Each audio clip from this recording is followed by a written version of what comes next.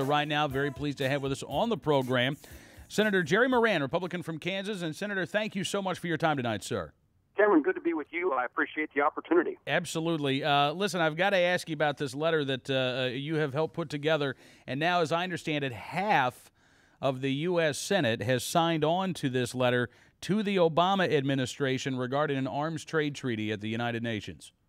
Well, you know, the Obama administration in 2009 changed course, at least compared to the Bush administration, and agreed to begin negotiations of a arms trade treaty at the United Nations, and lots of genuine concern about what the United Nations might do in regard to intruding upon the Second Amendment rights of American citizens.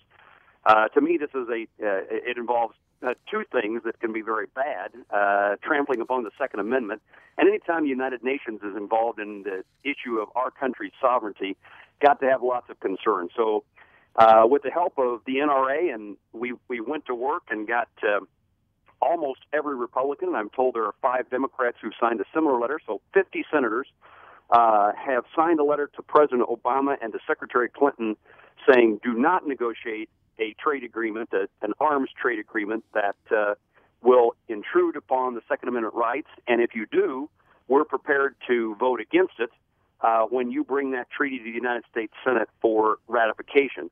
So that number, 50 senators, is something that ought to send a clear message to the administration. It ought to, although I think you will have to agree, Senator. Sometimes it seems the administration has a very hard time getting what normally should be clear messages.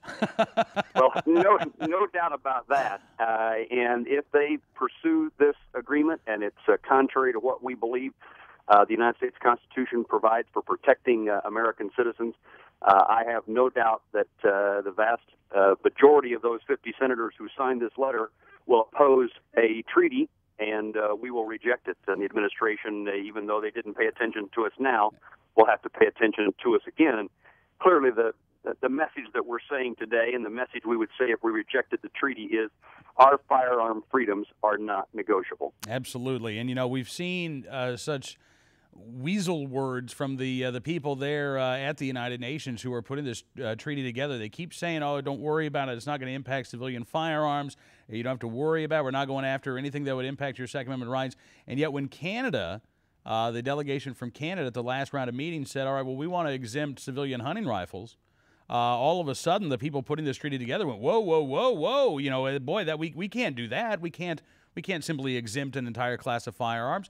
So, you know, I'm not confident that what we're hearing from the United Nations is actually what's going to be in this final treaty at all. Well, again, any kind of assurances that the individual ownership of firearms, the sale, the use of ammunition, no registration, those kind of suggestions by some, I just don't know how you can have any faith in the United Nations when it comes to these issues. The United States is one of the few countries in the world who protect in the Constitution and in their country's founding documents the ownership and the use of firearms. And again, we operate in a world in which we're rare in that regard. And you add to that the United Nations and their agenda. It just doesn't seem to me that any of us can take this lightly.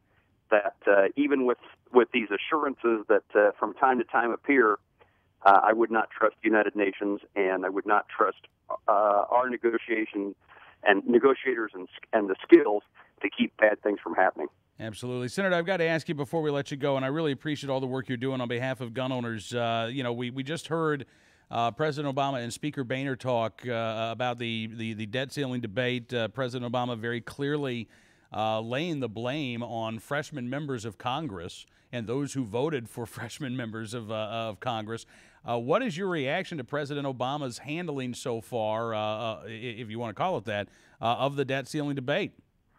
Well, I've been very disappointed, and I think it was highlighted when the president summoned congressional leaders to the White House this weekend, asking them to present their plan, when we've seen no plan from the Obama administration. The budget that the president presented to Congress early this year did not move us in the direction of a balanced budget.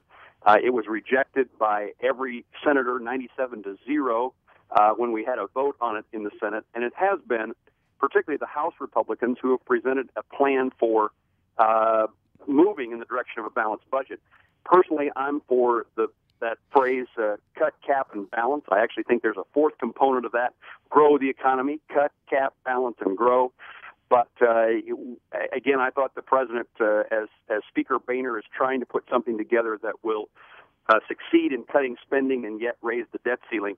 I thought the president was not helpful in his remarks tonight. And again, I think it's irresponsible not to raise the debt ceiling, but it's even more irresponsible to raise the debt ceiling without the necessary reductions in spending that cut, capping it at a certain percentage of our nation's economy, and putting a balanced budget amendment to the United States Constitution in place so that we don't get back in the mess that we're in.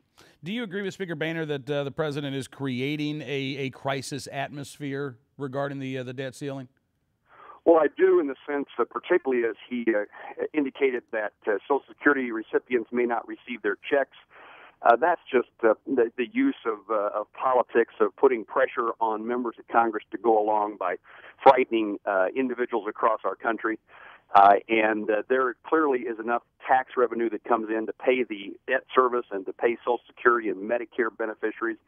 And so the president, I think, is using that age-old scapegoat, that fear-mongering to senior citizens in the country, to get them to pressure members of Congress to do what the president wants to do. And again, we'd be glad to see that the president talks about the ability to support changes in our spending, but we've seen nothing from him that suggests he has the ability to, has the desire to do that and the ability to get anything passed. Well, Senator, if I had I guess last question, do you think some sort of deal will be done by August 2nd? Well, my inclination is yes, that, and I give Speaker Boehner significant credit for the continued effort. We need to make certain that whatever is put together is real when it comes to cutting spending. And this, to me, is about, we talked about the Second Amendment to the United States Constitution. To me, it's a significant component of the freedoms and liberties that we're guaranteed, but we have a government that has become too big, too expensive, and is living beyond its means. And if we expect personal freedoms to continue in this country, in addition to fighting the fight, for example, at the United Nations, we need to make certain that people have the freedoms that are allowed them, the ability to pursue the American dream. In the absence of reducing the size, scope, and expense of government, our freedoms begin to disappear. Senator Moran, I can't thank you enough, sir, for coming on the program. Thank you as well for, again, all of the work that you're doing to protect this country from a really bad arms trade treaty. I look forward to talking to you again soon, sir. Thank you, Cameron. Appreciate the opportunity. Thank you. Senator Jerry Moran, Republican from Kansas, joining us here tonight on Cam and Company.